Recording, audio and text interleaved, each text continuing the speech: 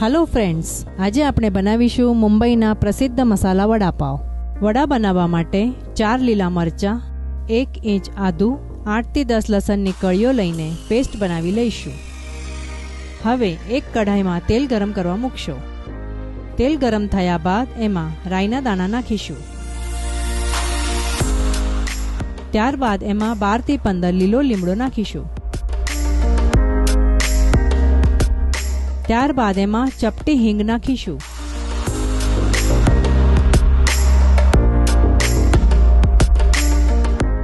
એમાં લીલા મરચાં, લસણ અને આદુની પેસ્ટ નાખીને વ્યવસ્થિત રીતે ફ્રાય કરી લઈશું।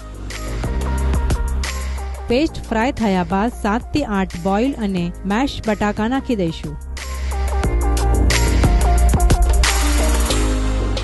બટાકા નાખ્યા બાદ વ્યવસ્થિત રીતે મસાલામાં મિક્સ કરી લઈશું। ત્યારબાદ એમાં સ્વાદ પ્રમાણે મીઠું અને 1/4 હળદર નાખીને વ્યવસ્થિત રીતે હલાવી લઈશું।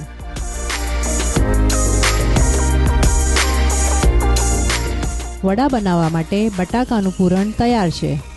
હવે એક બાઉલમાં 2.5 કપ ચણાનો લોટ લઈશું। એમાં 1/4 હળદર અને સ્વાદ પ્રમાણે મીઠું નાખીશું। જરૂરિયાત પ્રમાણે પાણી નાખીને વડા બનાવવા માટેનું મિશ્રણ તૈયાર કરીશું।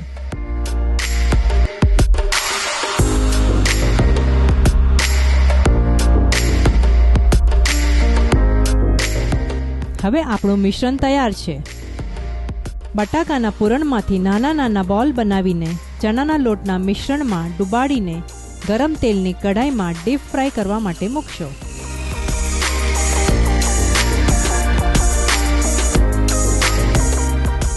વડાને વ્યવસ્થિત રીતે ગોલ્ડન બ્રાઉન થવા દેશો। હવે આપણા વડા ગોલ્ડન બ્રાઉન થઈને તૈયાર છે। એક પેનમાં થોડું બટર લેશો। આ બટરમાં વડાપાવ માટેની લાલ ચટણી નાખીશું। પાવને વચ્ચેથી કાપીને બંને સાઈડ ચટણીમાં રોસ્ટ કરી લઈશું। પાવને બંને તરફથી રોસ્ટ કરશો। ત્યારબાદ એમાં તળેલા વડા મૂકી દઈશું। તેની ઉપર ઝીણી સમારેલી ડુંગળી મૂકી દઈશું। વડાને વધુ ટેસ્ટી બનાવવા માટે ચીઝ ગ્રેટ કરીને નાખશો।